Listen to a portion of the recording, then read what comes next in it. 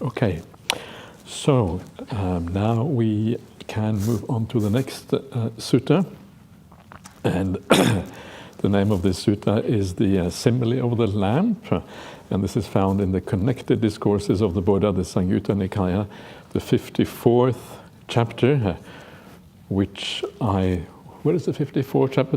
Actually, that's the chapter on mindfulness of breathing, that's right. And this is the 8th sutta in that particular chapter. So we're going to look at the idea of mindfulness of breathing in quite a bit of detail. The sutta itself is quite abbreviated, but I've kind of added in all the details about mindfulness of breathing here, just to get a overview of how that practice is talked about in the suttas and how the Buddha envisions the kind of progress through mindfulness of breathing here. But before I talk about the sutta, I just want to say a little bit more about the things we were talking about yesterday evening in the Q&A about samatha and vipassana, and how this is understood in the suttas, because it is understood quite differently from how it is often understood these days, in the various traditions of Buddhism. And many of the Buddhist traditions are so-called vipassana traditions. And there's a tendency in the Buddhist world to divide meditation into two different parts, vipassana meditation and samatha meditation. And there is an assumption among meditators that this is how the Buddha taught meditation, but in fact it is not. And this comes as a surprise, I think, to many people, that for the Buddha there is no distinction, there isn't any vipassana meditation and samatha meditation, there is just meditation. And the main way that the Buddha talks about meditation practice is mindfulness of breathing. And so that meditation, if you do it in the right way, is both vipassana and samatha at the same time. How can that be? And the reason is because samatha and vipassana are outcomes of meditation practice.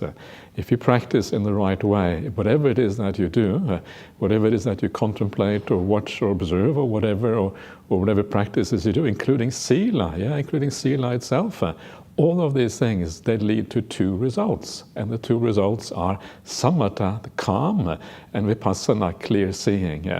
And so everything on the Buddhist path is aimed at these two things. And there isn't any one practice that leads to one or the other. If the practice works, it always must lead to both of them. And the reason is, as I mentioned yesterday, because the cause is the same. The cause of samatha, the cause of vipassana, is always the reduction of the defilements. When the defilements go down, then both of these are a result. And I talked about this at a bit of length yesterday, so you should have some idea of why that must be the case. So this is really important. So when we come now to mindfulness of breathing, it is not a samatha practice, nor is it a vipassana practice. It is both. And you may wonder maybe, well, what about, is there any practices that are kind of, what about alternative practices? One of the things that we find in the suttas is the development of perception, for example. The suttas talk about the development of the perception of impermanence, the development of the perception of non-delight in the whole world. I mentioned that yesterday. Development of the perception of non-self, development of perception of drawbacks in things, the development is a perception of cessation. There's all kinds of perceptions, and if you look at those perceptions, they have to do with seeing the world clearly. So if there is a kind of something that leans towards vipassana in the suttas. It is the development of perception. That is where you find that leaning towards vipassana. But even those development of perceptions, they are not called vipassana. And the reason why they're not called vipassana is because if they work, if you are successful in seeing things clearly, it will lead again to both results, samatha and vipassana. Everything which works on the Buddhist path leads to both these qualities. So when we come now to mindfulness of breathing, it's useful to keep this in mind. And this is why the Buddha says that mindfulness of breathing is sufficient to take you all the way to awakening, because it includes samatha and vipassana. All the insights that are required are an outcome of this practice when it works properly and you take it all the way to its kind of conclusion. So this is kind of useful to know. And this is why, as I mentioned before, the Buddhist path can really be summarized in a very simple way to morality as a foundation, and then mindfulness of breathing on top of that morality. And these two things are enough to take you all the way to awakening. Yeah, it's so simple. It's so incredibly easy here. You just be kind and watch the breath. That's all you have to do. And bang, you become an arahant. Yeah? Isn't that cool? I love it. It is so simple. And yet, of course, applying this and actually doing it, that is the hard part. Yeah? We really have to understand what these things mean fully. We talked quite a bit about sila already, and it's, to me, a very interesting area because it is so profound. Just the idea of being kind is such a profound thing here. But now let us focus on mindfulness of breathing and get a better understanding of how this actually is done according to the suttas, the standard exposition. So this is the simile of the lamp, and at the very end of the sutta we get to that particular simile. It's a very profound and beautiful simile for the conclusion of the path. And now that we're getting close to the end of this retreat, it's kind of nice to look at some of these more concluding aspects of the path. But then the Buddha starts out, and he says, mendicants, when samadhi due to mindfulness of breathing is developed and cultivated, it is very fruitful and beneficial. How so? So first of all, you will notice the expression here, samadhi due to mindfulness of breathing. And this is a fairly common expression in the suttas. It means that samadhi is often developed based on mindfulness of breathing, including the jhanas, including everything. This is really the path, the most common way of achieving samadhi in the suttas. And then it is very fruitful and beneficial. And of course, when the Buddha says it is very fruitful and beneficial, he doesn't mince his words. He really means very fruitful and beneficial. And as it says in the Anapanasati Sutta, the main sutta on this topic, found in the Majjhima Nikaya 118, is basically just the same as here with a little bit in addition to it. It says that you do this, it fulfills the 4 Satipatthana practices, which in turn fulfill the 7 factors of awakening, which in turn fulfill knowledge and vision, which is the end of the path, which is arahantship and awakening itself. So it takes you all the way, and it fulfills all of these important categories that we talk about all the time in conjunction with meditation practice. So how is it so beneficial and fruitful? And so then the Buddha goes on. It's when a mendicant gone to the wilderness, to the root of a tree, or to an empty hut, sits down cross-legged, sets their body straight, and establishes mindfulness in front of them. Just mindful, they breathe in. Mindful, they breathe out. So here it starts off, and this is, of course, all of these little words here are very interesting because this is the preliminary practices or the preliminary things that are required for this meditation to really take hold. And very often some of the most important information is found in the preliminary practices, especially when we take into account that meditation is largely an automatic process. You don't have to do anything. You sit back, you relax, and you allow it to happen. For that to work, you need to get the foundation into place. Otherwise, it's not going to work. So this is maybe the most important part of the instructions here. And he starts off with gone to a wilderness. Jhana Grove, I guess we kind of qualify almost like a wilderness. We are quite far away. Look around, it has a kind of wild, slightly wild feeling here. It's pretty civilized wilderness when you come in here and you get such nice food and everything, but it's still, nevertheless, it is kind of a bit out of the city anyway. So this is kind of a nice halfway house of being gone to the wilderness. To the root of a tree, it's a similar kind of idea. In India, some of these trees are magnificent trees with large roots, and you can kind of almost go inside the root, because the roots kind of spread out. And so they can become almost like little huts to sit inside the root of a tree like that. Or to an empty hut, sunyagara, an empty house, an empty dwelling. So the idea here with these words is that all of these three imply solitude. They imply that you have left your ordinary life behind. They imply the Pali word viveka. Viveka means seclusion, it means solitude, it means being on your own, it means taking yourself out of your ordinary environment, taking you out of the five sense world around you, taking you out of the city and the village and other people and all of these kind of things, moving away from the world. And if you think about what city life or life in the world is, it is really a life of enjoying the five senses. City life is about that. It's about having entertainment around you, having restaurants around you. This is where you kind of date people in the city. All of these things happen in the city. City is a sensual realm. And so by withdrawing from the city and the villages and these kind of things, you are withdrawing externally from the five sense realm. And this is the idea. And this is actually what happens right here in Jhana Grove. We are withdrawing from that realm. It is a fairly simple, we're keeping the 8 precepts, nothing much is happening. So in that sense, we are really there. We're doing the right thing, withdrawing from that world. And once you withdraw physically from that world, of course, then it gives the mind an opportunity to also withdraw from that world. If you are bombarded with five sense impressions all the time, with the delights of the five sense impressions all the time, it is impossible for the mind to withdraw, because you're always reminded, you're always stimulated, you're always kind of drawn back into that realm. But once you go into seclusion, there is a chance that you can withdraw from that. So physical seclusion, then mental seclusion, always in that order. And this shows us that the idea of mindfulness of breathing is something very profound. This is not a kind of some simple little meditation.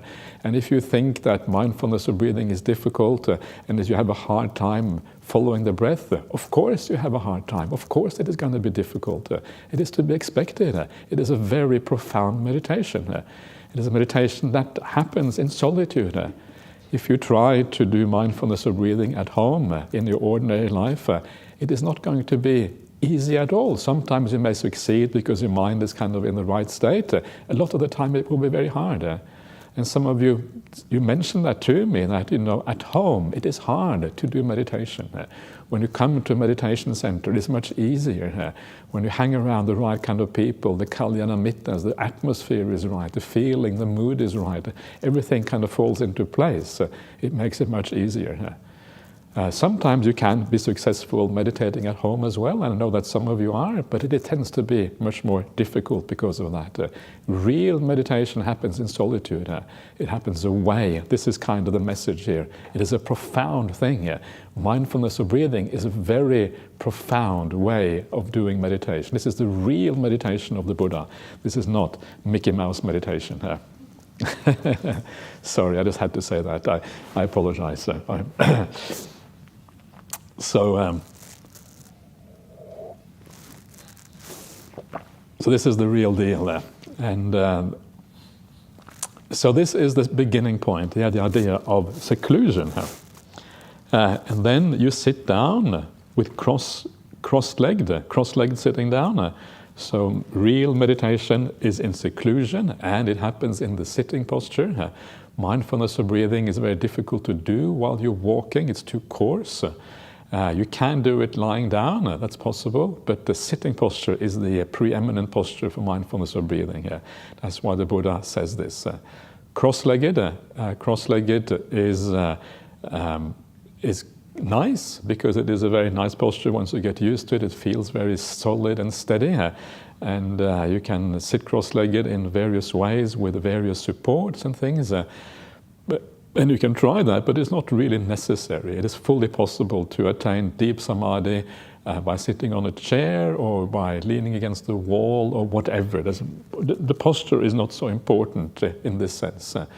And many people I know, they get very good meditation by lying down, watching the breath while lying down. That's also possible if you have a fairly solid mindfulness to begin with.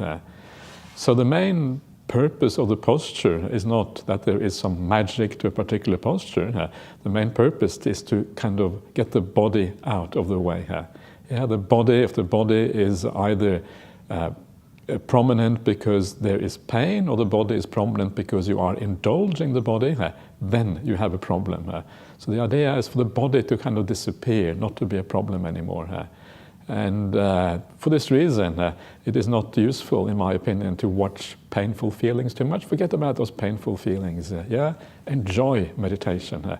This is one of the things I always loved about Ajahn Brahm. Everything was about enjoying. And so I thought, okay, Ajahn Brahm is my teacher. Enjoying the path. Isn't that wonderful? I think it's just so important. The spiritual life, should the spiritual life be about? Unless it is to enhance the quality of life, to move away from suffering. And if we're going to move away from suffering, we might as well start right away. If we the idea that you have to endure lots of pain so that you can get out of suffering, there's something wrong with that. And in fact, the Buddha specifically says that he too had that wrong view prior to his awakening, that happiness is to be gained through pain. This is the Jain teaching. Standing on one leg for 10 years, and then somehow that will lead to happiness in the future. The Buddha says it's wrong view. Sitting on your bottom, watching pain in your legs for 10 years, it's the same kind of idea. The idea that somehow by watching pain or being with pain, we're going to have a success. But what we shall see in the Anapanasati Sutta shortly, there's nothing here about watching pain at all. It's all about pleasant states of mind. And this is kind of the beauty of this. So you sit down in a posture where your body kind of disappears. It is no longer important. That is the right kind of posture. You set your body straight. And again, the straightness of the body tends to happen by itself. When your mindfulness gets reasonably clear, you just want to have a straight body because the straightness of the body tends to enhance the mindfulness. And then you establish mindfulness in front of you.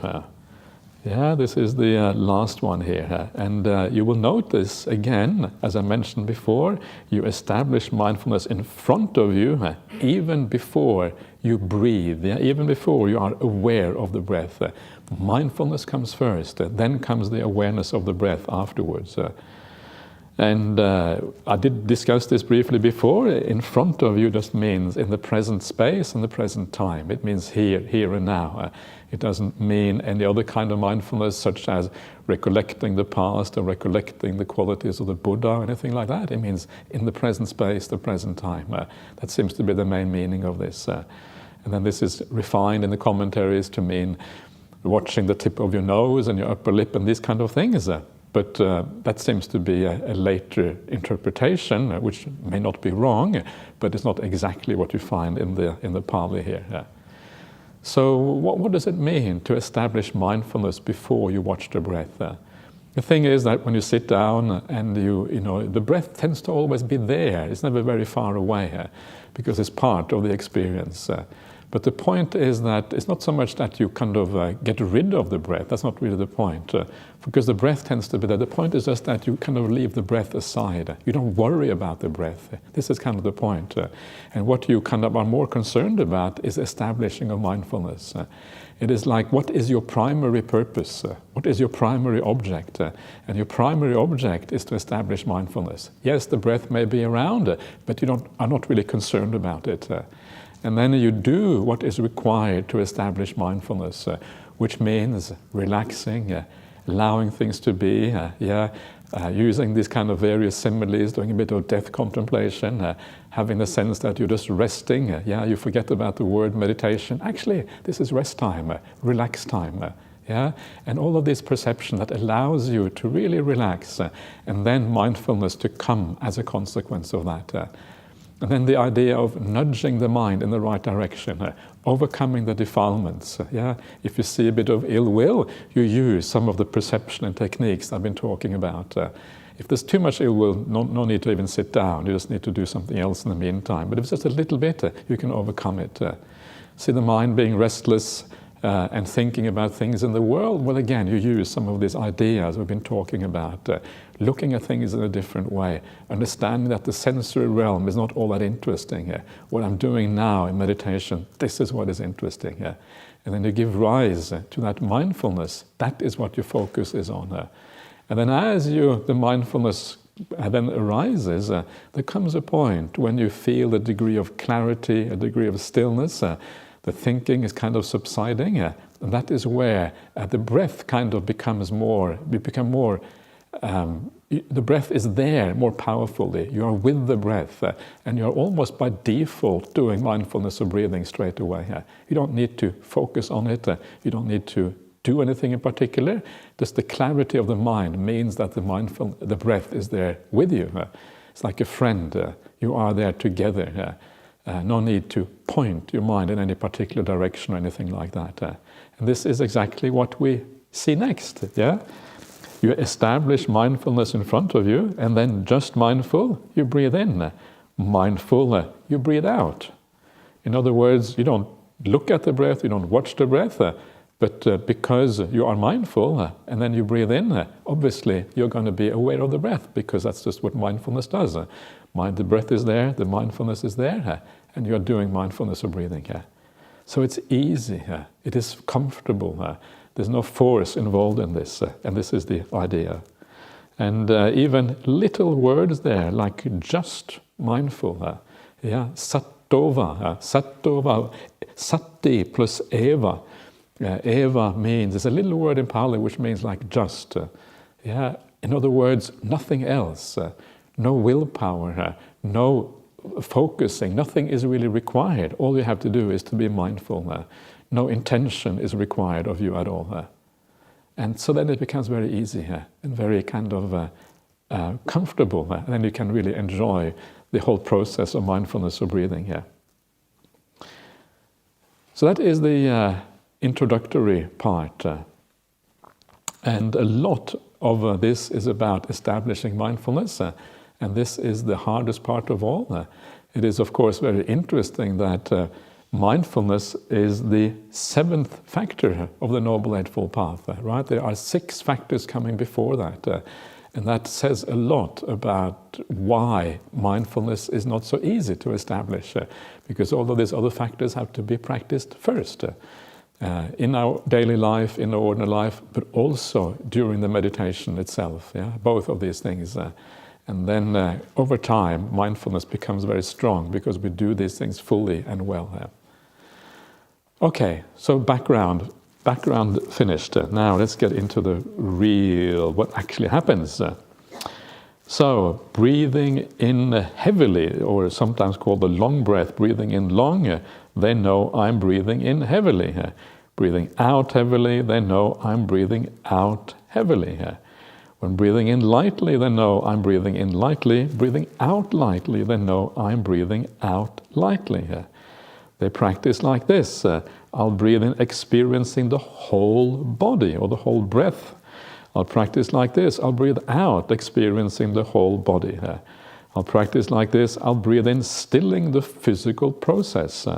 To practice like this, I'll breathe out stilling the physical process. So this is the beginning, the first 4 steps of mindfulness of breathing.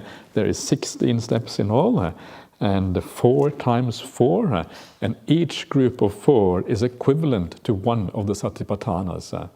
The 4 satipatthanas, the 4 mindfulness meditations, is the kaya nupassana, the contemplation of the body, vedana nupassana, the contemplation of feelings, our sensations, Chittanupassana, contemplation of mind, and Dhammanupassana, contemplation of qualities or something like that. So 4 areas of mindfulness meditation, and the 16 steps of Anapanasati correspond. 4, 4, 4. 4 at the time correspond to each of the Satipatthanas. And so this first one then corresponds to body contemplation, the Kaya Nupassana in the Satipatthana Sutta. And which is interesting, Kaya Nupassana, all you have to do is watch the breath. You don't really have to do much more than that. And if the breath meditation works, it means that you are doing Kaya Nupassana. That's all really that you have to do. And it starts off by watching the long breath, then you have the short breath. What does that mean? Does that mean that you have to be aware of the breath as long or short and these kind of things? The answer is not really. It is not about knowing the particular quality of the breath. It is about knowing the breath.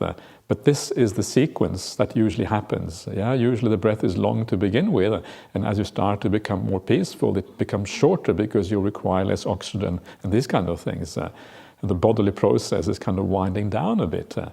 But it's not about knowing whether the breath is short or long. It is certainly not about making the breath long or short. It's just about being aware of the breath. Every breath you are aware. That is really the idea here. And then once that degree of mindfulness is established, you continue practicing. And it says here that you practice like this. I will breathe in, experiencing the whole body. Or you train like this. And that training, that practice that you're doing is not actually doing anything in particular. It is just allowing the process to happen. Your job is to be present. Your job is to stand back. Your job is to allow a certain spaciousness and awareness in the mind. And as you do that, this is just the nature of things. Things calm down. So what does it mean to experience the whole body? This is one of those controversial things in Buddhism. Does it mean the whole physical body, or does it mean the whole breath? And according to the commentaries, it means the whole breath, which makes very good sense. We are doing breath meditation, not body meditation, so it makes very good sense that breath is what it means in this context, and that is what I think it means. I'm just following Ajahn Brahmali really when I say that, but it also makes good sense from a sutta point of view. So it's like your awareness is becoming more refined. First of all, you're just aware of individual breaths. Now you are aware of the whole breath. It means that your awareness is becoming sharper. You know more of what is going on. But it is an automatic process. And you can feel that your mind is changing. You're gaining more clarity. You're gaining more ability to see. You're seeing more of your experience. And then, as you carry on in the same way without really doing anything, but just allowing the process to unfold, the process starts to become more peaceful, right? It's the calming down, which is the next one here. The physical process is stilling the physical process. And of course, the physical process, the kaya sankhara is the Pali word here. Kaya sankhara is actually the breath itself. Kaya sankharang pasambati. Pasambati is to calm down. And the previous one is sabbakayang patisangvedi, experiencing the whole body, I think. Sabbakaya patisangvedi. So you allow the process to become more peaceful, right? The breath is becoming more calm. It is becoming less prominent. It's kind of starting to fade away. This is what is happening with the breath here, fading away as it becomes more peaceful. And already at this point, actually from the very beginning here, if you are properly aware, properly mindful, it is already feeling quite pleasant, especially when the breath starts to calm down. It's starting to become quite enjoyable. There's no great amount of bliss yet at this particular point, but just the peaceful observation of the breath is actually a pleasant experience. It doesn't take that long before this meditation becomes quite delightful. So this is the idea of the meditation of the body contemplation, the first tetrad of the Anapanasati Sutta. Quite simple, quite straightforward. And this particular tetrad is also found in the Satipatthana Sutta. If you go to the Satipatthana Sutta, it mentions exactly these 4 steps in that sutta itself.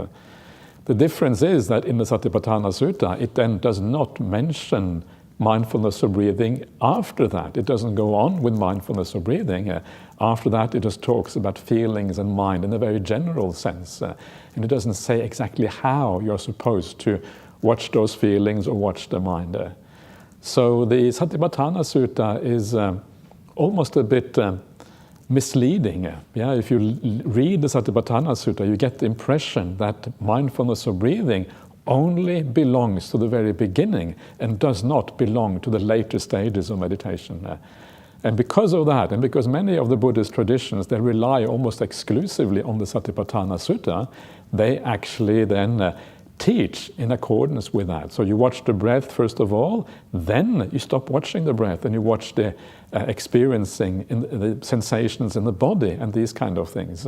This is a standard way that meditation is taught within what they call the Vipassana, certain Vipassana schools.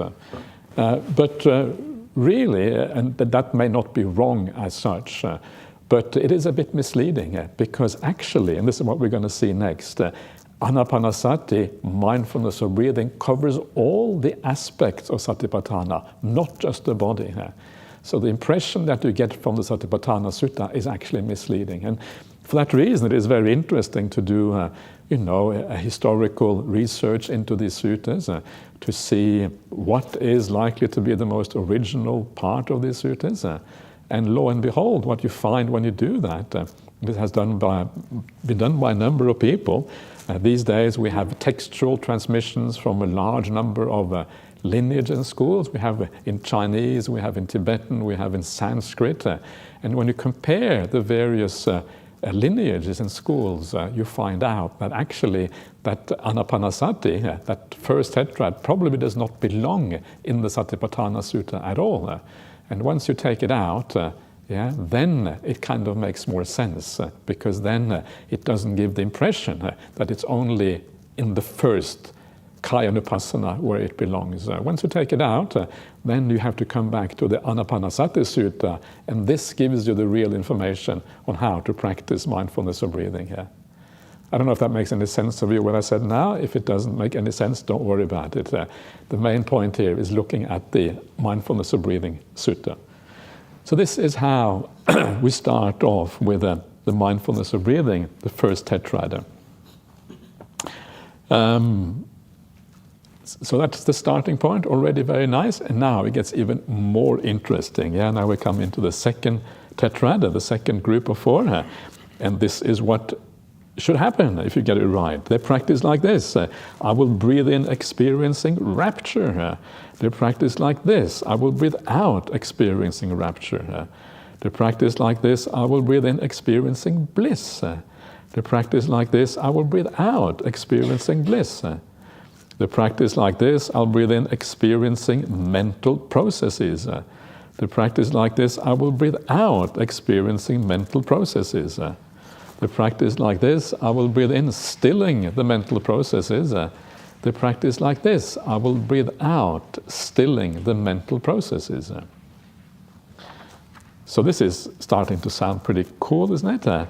Rapture and bliss. I don't know about these mental processes. That sound a bit not so exciting, but certainly the bliss and the rapture here is kind of sounds like a good deal. Yeah, who doesn't want more bliss in their life?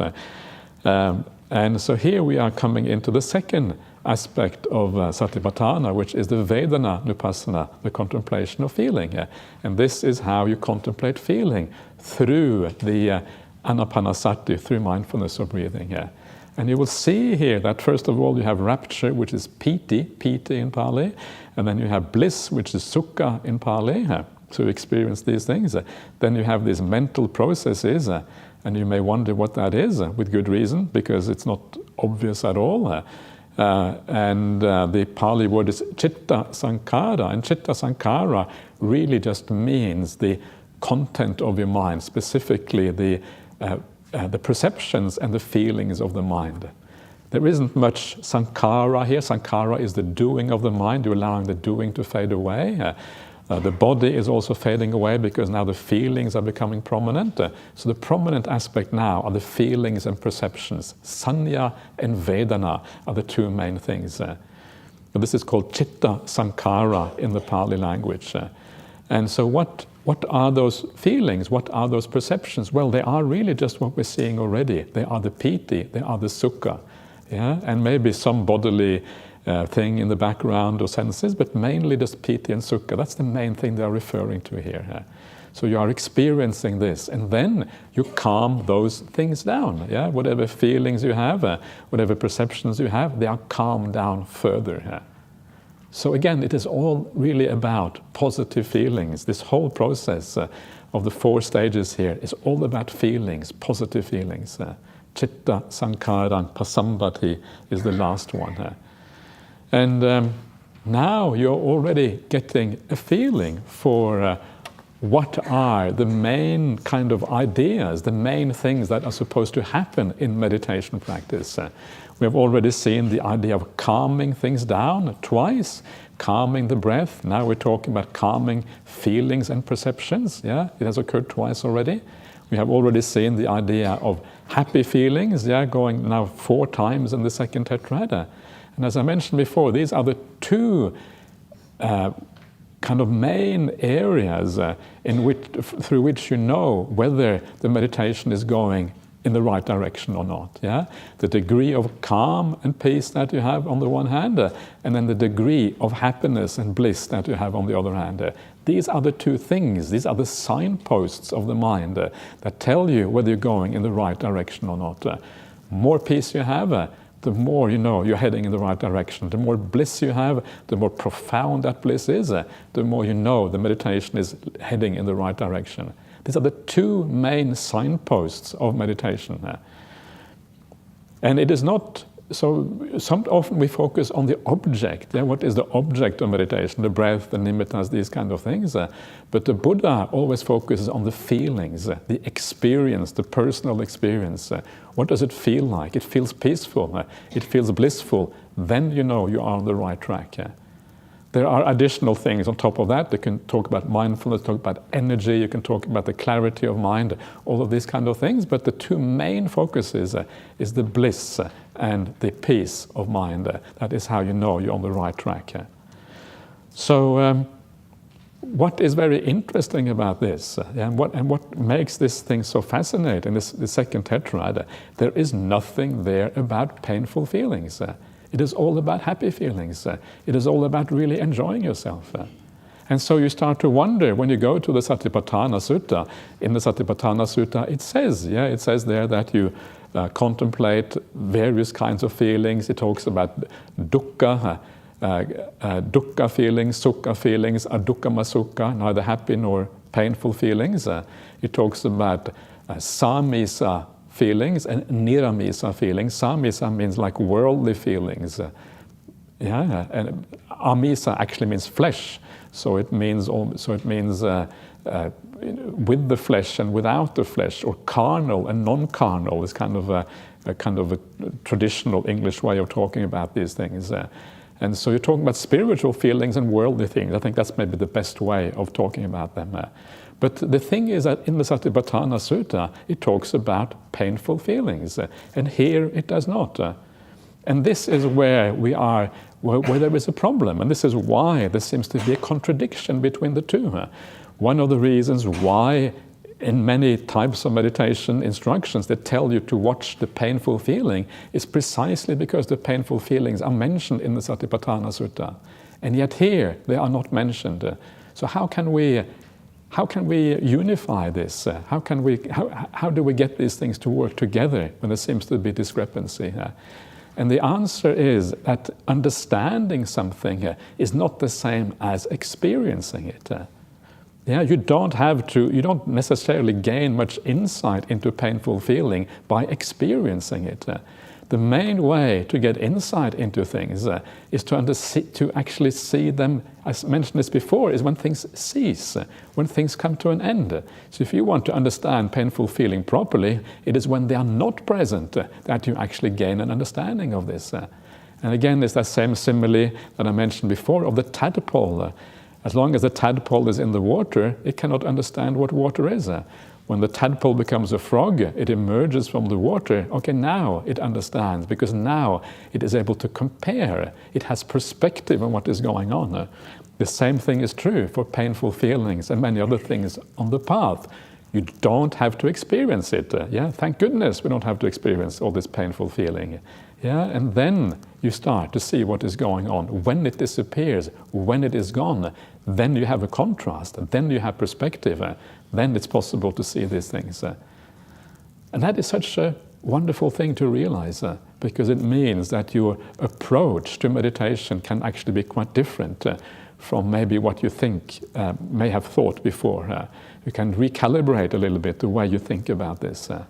And this is one of the outcomes of reading the suttas more broadly.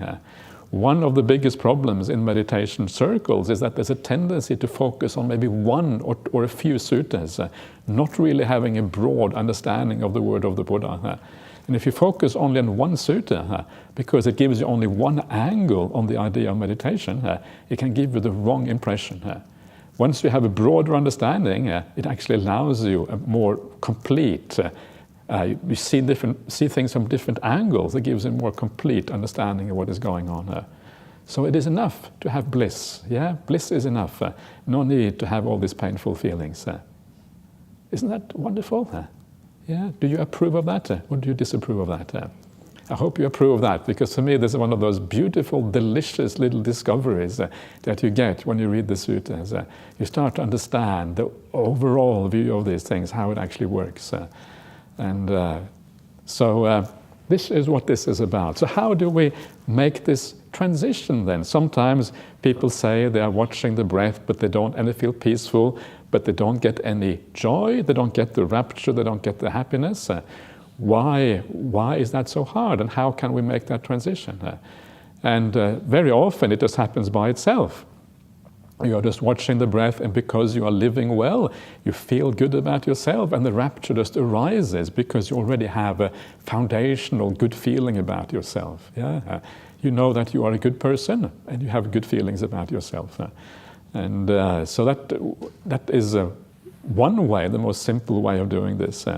But also, this is also where sometimes it may be necessary to nudge your mind a little bit, to kind of look at the world to remind yourself of the Buddha, remind yourself of all the kalyana mittas that are around, remind yourself of all the blessings in your life, having a bit of gratitude for all these amazing things that you have discovered, having gratitude for the fact that we have such a powerful Buddhist community here in Perth. People come from around the world, they come from everywhere to be here precisely because what we have here is actually quite unique. How many places in the world do you find a monk's monastery with over 30 monks and a nun's monastery with 15 nuns or whatever it is at Dhammasara monastery here? This is incredibly rare in the world, and it's a very strong Buddhist community. And they're not just a bunch of scallywag monks and nuns either, They are the real deal. These are real monks and real nuns practicing properly here. What a wonderful thing that is. And then the very strong lay community here, with some of the practitioners in the lay community that are really awesome lay people that we have here in Perth. And then the awesome lay people from overseas, they come here as well. And then we kind of have the kind of awesome squared, because kind of the awesomeness from many different angles. And then you feel really uplifted when you think like that. And then that can help you to bring the joy. Or you kind of just very briefly, like I tried yesterday in the guided meditation yesterday, that's the idea of that you are living well. You have been living on the 5 precepts. You have been trying to live with kindness. And what that actually does to the world when you do that. You're giving people freedom from fear, from anxiety. You are giving people the gift of kind words and all these kind of things. What a wonderful thing that is. You are supplying something beautiful to the world, and you have every reason to feel glad about that. It's just about how you reflect on these things. And this is such a nice way of living, feeling good about yourself. And then you are lifting up your spirits. You don't feel a big ego. This has nothing to do with ego at all. It's a quiet sense of satisfaction with yourself. You know that you're living a good life, and this is what this is about. And this is then how you can engender this piti, the gladness in the mind.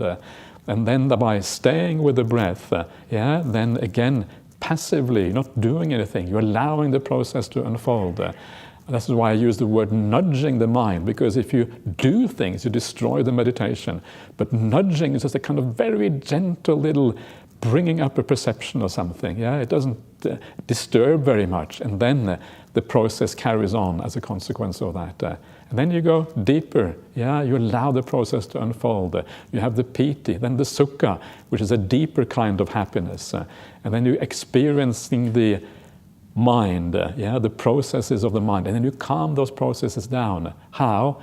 Just by being with them. They calm by themselves.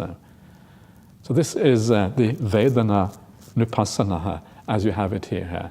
And of course, very interesting and extremely worthwhile, and feeling that you are really touching some of the most important things in the human experience as you do this. One of the questions that sometimes arises at this point, well, what are you watching? Are you watching the breath, or are you watching the feelings? And you still the breath is probably still your main object at this point, but the feelings are there at the same time. There's a more than one thing happening at once, basically. So that is the contemplation of feelings in Anapanasati. Then comes the contemplation of mind, which is the third one. And this is then equivalent to the third practice in the Satipatthana Sutta, the Chitta Nupassana, the contemplation of mind. And this is how it is described in the Anapanasati Sutta, or in the Anapanasati process. They practice like this. I will breathe in experiencing the mind. They practice like this. I will breathe out experiencing the mind. They practice like this. I will breathe in gladdening the mind. They practice like this. I will breathe out gladdening the mind. They practice like this. I will breathe in stilling the mind. They practice like this. I will breathe out stilling the mind. They practice like this. I will breathe in freeing the mind. They practice like this. I'll breathe out freeing the mind. So this is the Chitta Nupassana. And it starts off by experiencing the mind. So what does it mean to experience the mind? It may not be very obvious. And the way that Ajahn Brahmali teaches this, and this is, I think, a very useful way of thinking about it, is that when you get rid of all the things that are not mind, then mind is what remains. And what are the things that are not mind? Well, the things that are not mind is the five senses. That's really what it is. You could say the body, but the body is just experienced through the five senses anyway, so you can just reduce it down to the five senses.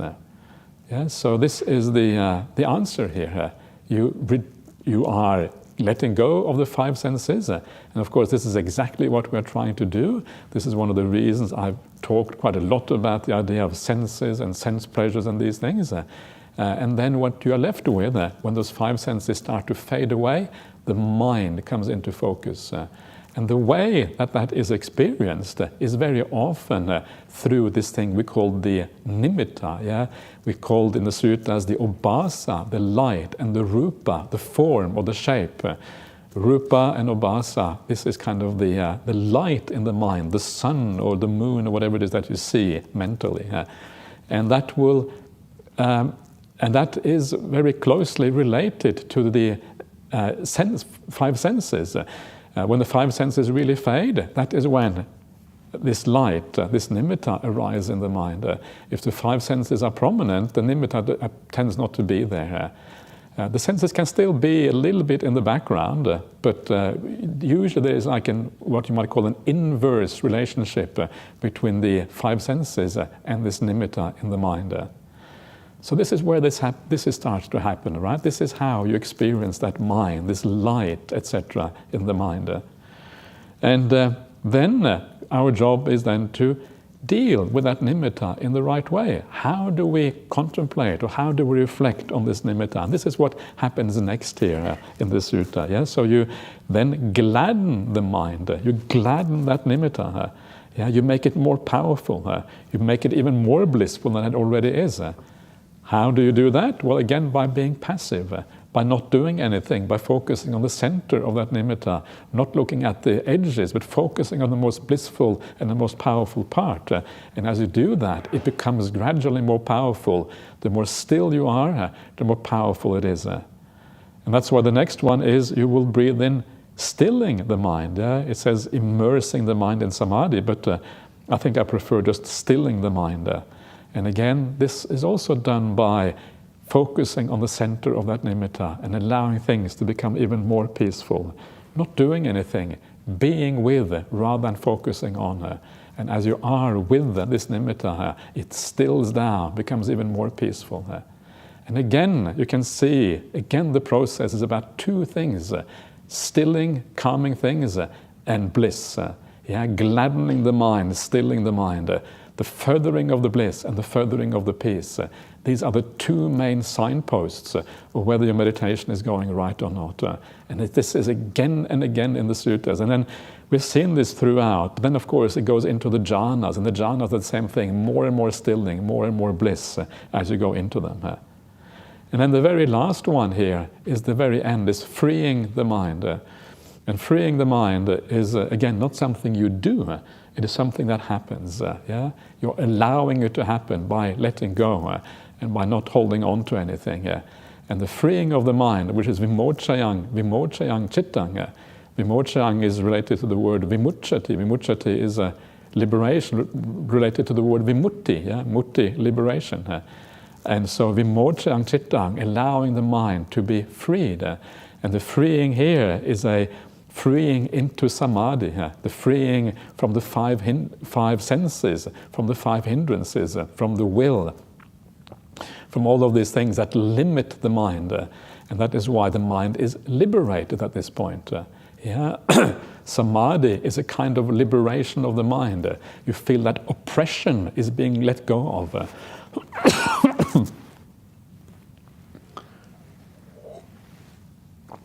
And so the oppression of the five senses, the oppression of the five hindrances is left behind. The oppression of the doing mind is left behind. And then that is where you enter samadhi, you enter the jhana. So the jhanas are kind of included in anapanasati. They come at the very end of this breathing meditation, and they are implied by the idea of freeing the mind. So this is the development of the mind, through the breath again. The breath at this point is very, very much in the background, if present at all, and it's becoming less and less important, but it's still kind of the anchor, if you like, the thing that you come back to if you are in doubt, if you want to stabilize things, it is the breath. Again, how do you make this transition from the feelings to the mind?